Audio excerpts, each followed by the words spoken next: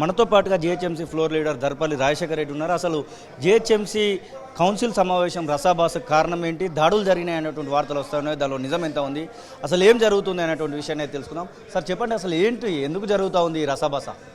ఇది ఏం లేదబ్బా, ఇగో ఇప్పుడు మీ ఫోటోలే వాడాలనుకుంటే ఖర్చు పెట్టుకొని బ్యానర్లు వేసుకొని కొట్లాడుకోరు, ప్రదేశం పెట్టుకొని కొట్లాడుకోరు.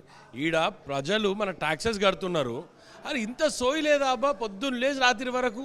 అరే శానిటేషన్ ఇష్యూస్ ఉన్నాయి. బేసికల్గా ప్రజలకు స్టామ్ వాటర్, ఇప్పుడు వర్షాకాలం వస్తుంది, మాన్సూన్ ఇష్యూస్ ఉన్నాయి. ఒక్క విషయాన్ని కూడా చర్చకు రానియట్లేదు వాళ్ళు. ఏంది చెప్పు. ఈరోజు కొత్తగా అమరపాలి మేడం గారు కమిషనర్కి వచ్చిండ్రు, మా మేయర్ గారు ఏం చెప్పారు, కమిషనర్కి వచ్చిండ్రు. Let them express what action plan వాళ్ళకి ఉన్నది, వాళ్ళ యాక్షన్ ప్లాన్ ఏంది, మాన్సూన్కి ఏం యాక్షన్ ప్లాన్ తీసుకుంటున్నాము. ఈవీఎండి డైరెక్టర్గా కొత్త సార్ వచ్చిండు, అందరూ ఆఫీసర్లు చేంజ్ అయ్యారు. మన యాక్షన్ ప్లాన్ ఏంది అనే దాని మీద లేదు వీళ్ళకి సోయి. వీళ్ళు కొట్లాడాలి 15 నిమిషాలు, వాళ్ళు కొట్లాడాలి 15 నిమిషాలు, వీళ్ళు కొట్లాడాలి 15 నిమిషాలు, వాళ్ళు. నిజంగా చెప్తున్నా కదా, this resulted in a black day just because of BRS and BJP party. లోపల మా మీద దాడి జరిగింది అనేటువంటి మాట చెప్తా ఉన్నారు బీజేపీ వాళ్ళు, ఎంఐఎం వాళ్ళు మా మీద దాడి చేసిన అనేటువంటి మాట చెప్తా ఉన్నారు. నిజంగానే దాడి జరిగిందా? ఇది స్వయం కృతాపరాధం. సొంతంగా చేసుకున్న దానికి ఎవడేం చేస్తాడు? దాడులు ఎందుకు జరుగుతున్నాయి, ఎందుకు పక్కన వాళ్ళని కొడతలేరు, మిమ్మల్ని ఎందుకు కొడుతున్నారు?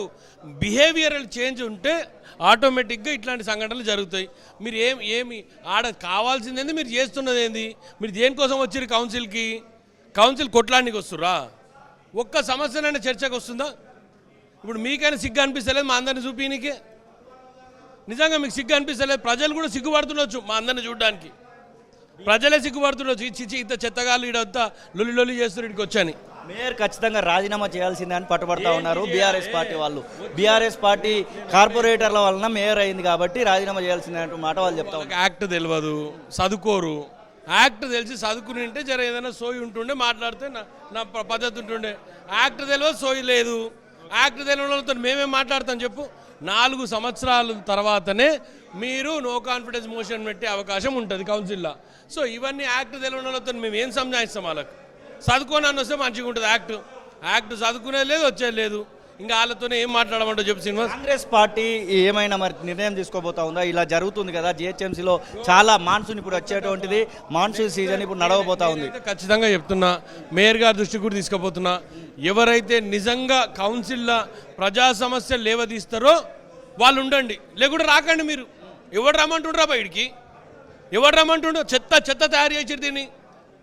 అరే మేము కూడా పబ్లిక్ ఎన్నో సమస్యలు ఉన్నాయి మా దగ్గర కూడా, అవన్నీ సమస్యలు తీసుకొని మాట్లాడదామని మేము వస్తే చెత్త అంతా తీసుకొని వచ్చి పొద్దున్న లేచే ప్రొటెస్ట్ ఒక్కదాని మీద చర్చ జరగనియరు. కాగితాలు పట్టుకొని వచ్చి డ్రామాలు ఆడుకుంటూ కూర్చుంటారు. గిదా చేసేది. ఒక్క రివ్యూ కూడా పెట్టలేదు వాటర్ వర్క్స్ సంబంధించినటువంటి విషయంలో. ముఖ్యమంత్రి చేతిలోనే ఉందనేటువంటి మాట కూడా వినబడతా ఉంది. కాంగ్రెస్ పార్టీ పిసిసి అధ్యక్షుడు మీ నాయకుడి పైన వస్తున్నటువంటి ఈ యొక్క ఆరోపణ ఏం చెప్తారు? 6 నెలల నుంచి ఎలక్షన్స్ అయినాయి కదా, ఒక్కటే నెల అయింది కదా. నెల రోజుల లోపల అన్నీ అయిపోతాయా? ఇలా చెత్త రాజకీయాలు కాకపోతే వీళ్ళు సొంతంగా వీళ్ళ అజెండా ఏంది, పబ్లిక్లు ఉండాలనే తప్ప వేరే ఆలోచన లేదు, వేరే ఆలోచన వీళ్ళు తీసుకుంటలేరు. అసలైన తొలి వెలుగు. ఫాలో వాట్సాప్ @తొలి వెలుగు official.